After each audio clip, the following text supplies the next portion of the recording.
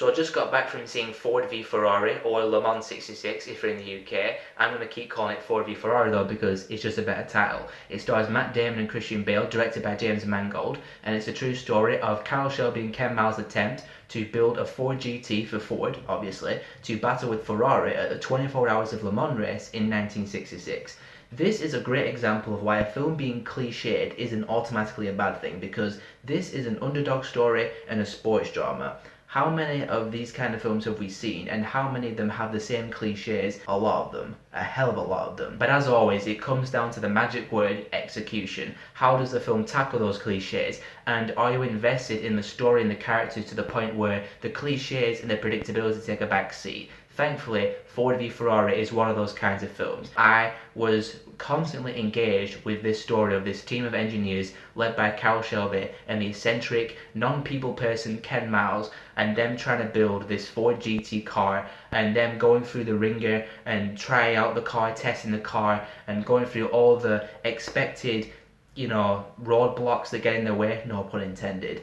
And I was just constantly interested in this film. And I'm not a petrol head by any means. I'm not like really into cars, but I do appreciate a nice looking car when I see one. But despite that, I was constantly into this film. I was always engaged with it. I liked the characters. I liked how it explores the racing and motoring industry, both in terms of being on the racetrack with Ken Miles in the car and doing the right moves, doing it at the right times, but also the business side of the motoring industry, because they're always going up against the suits, as they call them in the film, the businessmen in the boardroom who are making all the decisions. There's constant clashings going on there, and it kind of opened my eyes to how, at least back in the 60s, the motoring industry, the racing industry, can be kind of sleazy at times in terms of finding out what the competition's doing and the competition trying to screw over other competition.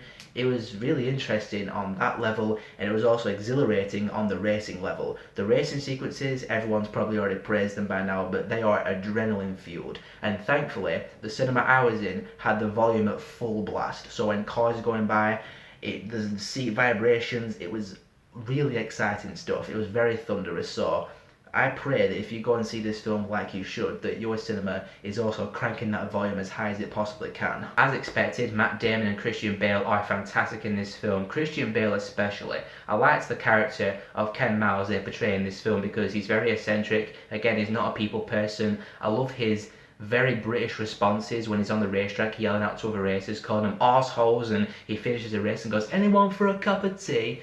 It was hilarious. As a British person, I was very fond of his character. And that's another thing about this film. It's not a very serious film, but it's not like super light-hearted. It's a really good balance of good drama, but also some good laughs. The sense of humour this film has is really good, especially when it explores, again, the racing industry and how they solve some problems, like a door doesn't shut, so what does one of the technicians do? Slams it with a hammer shut. Awesome. I love that kind of stuff. Yeah, Ford v Ferrari, awesome film. Really, really liked it a lot. And James Mangold has been really impressing me because I watched like Walk the Line recently, really great film as well, and he's creeping up there as one of the directors that I really want to look out for. Ford v Ferrari is a great sports drama, it's a great underdog story, extremely well acted, the race sequences are awesome, very well directed, and all of that triumphs and just completely overshadows the cliches and the predictability of the genre. And it's one of my favourite films I've seen all year long, and I'm going to give Ford v Ferrari a 4.5 out of 5. Thanks very much for watching as always, guys. Let me know what you thought of Ford v Ferrari if you've seen it, and also what's your favourite car of all time, be it looks or a car you might have even driven, or what's your dream car. This might be the only time we get to ask car related questions for quite a while, so whatever your thoughts are on all those questions, let me know down there. And if you want to see more of my stuff, be sure to subscribe, and I'll see you all next time.